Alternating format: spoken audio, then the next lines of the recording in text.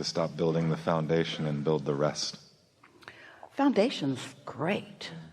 Your foundation didn't start with this body or with these parents or with anything. Your foundation is the whole of who you are and the eagerness with which you came into this environment. The foundation is the perfect variety of contrasting things that give your clever mind the ability to synthesize and sift and sort and conclude on your own behalf.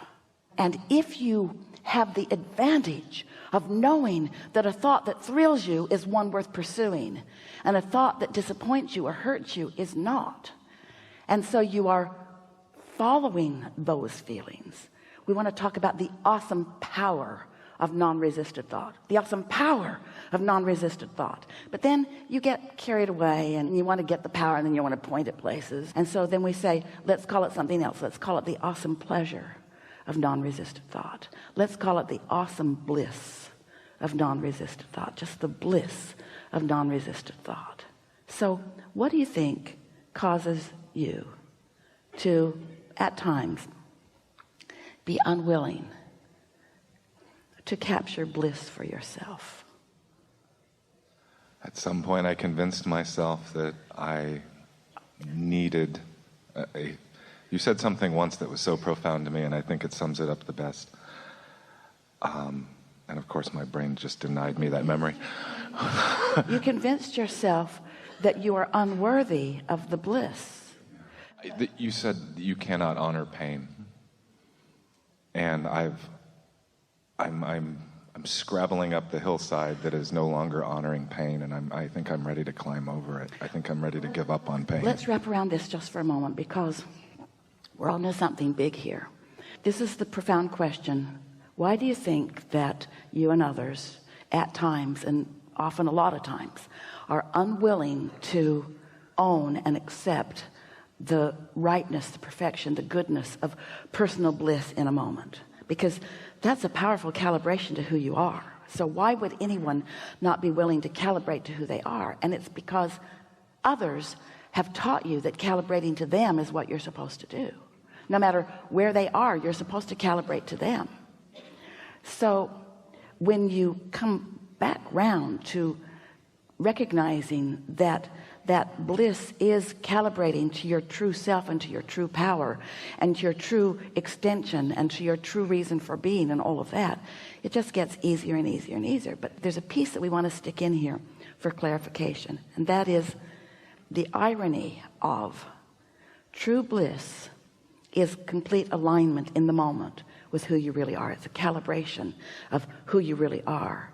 And the feeling that it is wrong for me to calibrate to my true bliss, isn't that interesting? Isn't it interesting that what it means is I am who I am in all of my power and goodness, but somehow in my mind my life has caused me to call that inappropriate. And why do I do that? Because so many aren't calibrated to bliss.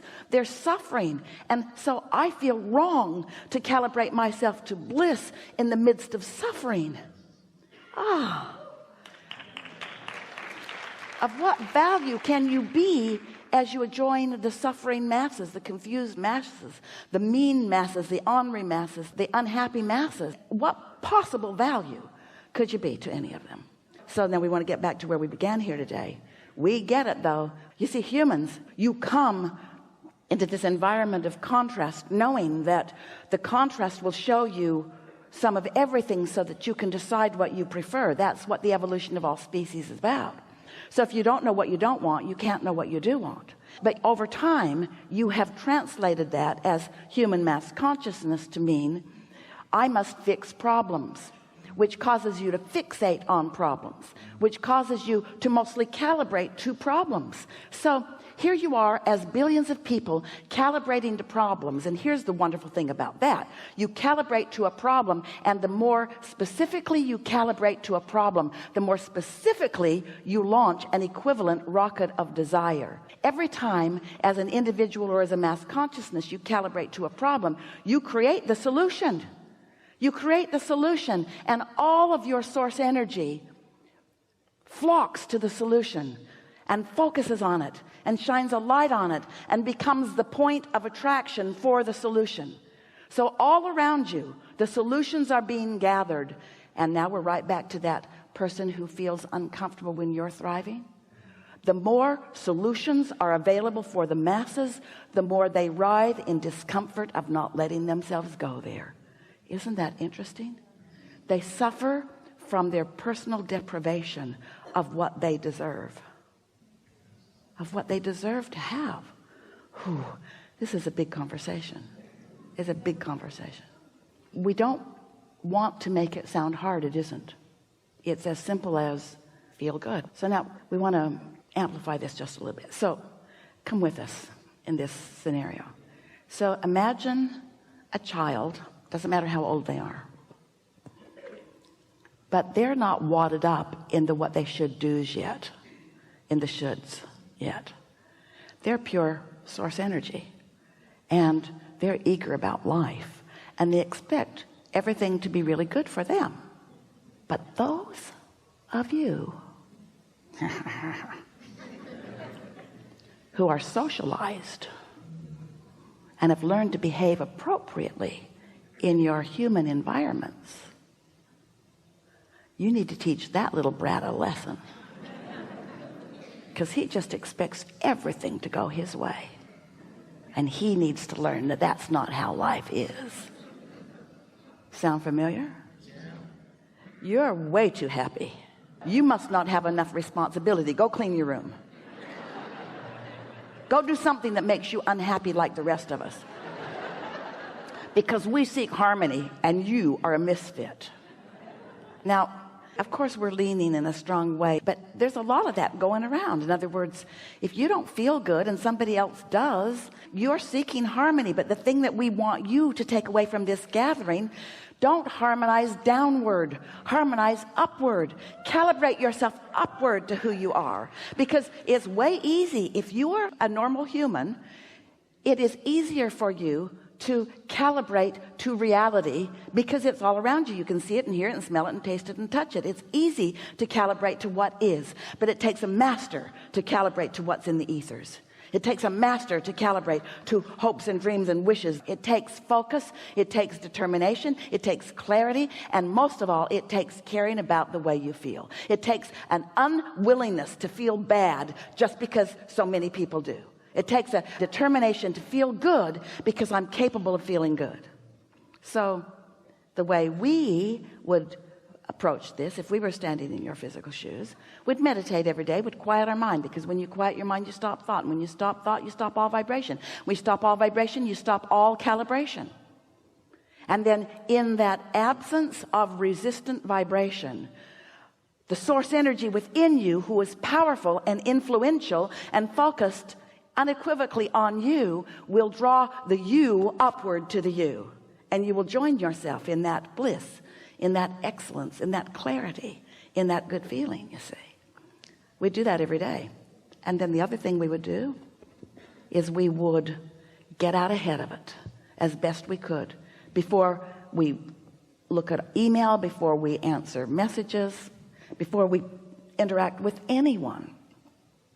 We would sit with an intention of identifying in this moment in time how we most want to feel in this segment that is before us.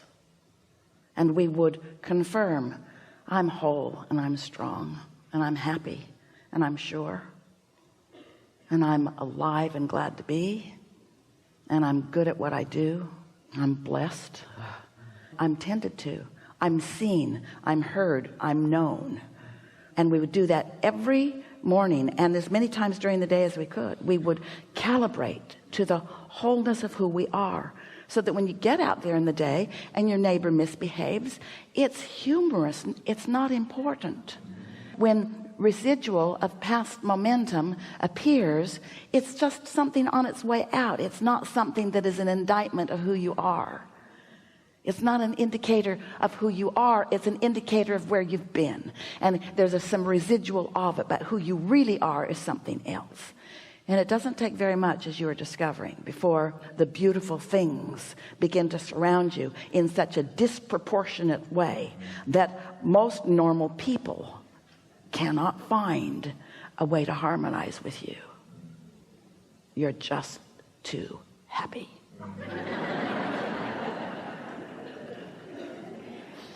Too clever, funny at all the right moments, resilient, flexible, good timing in all things. Right there, right there, right there to receive the universe's cooperative components that have already been gathered. And you're so tuned to them that there they are, and there they are, and there they are, and there they are, and there they are, walking around in the same world with people who are missing it, and you're seeing it. And they're having a hard time seeing you thriving, but you've got to give up what they think. And if they ask with sincerity, say to them, I've been there, I was there a long time, didn't like it very much, I do something different now. What's the thing that you do different now? I ignore people like you. Almost completely. Every now and again, I get assigned to you for a little while. Every now and again, I suffer, but it's not my usual way. Thank you. Yeah, really good. Really good.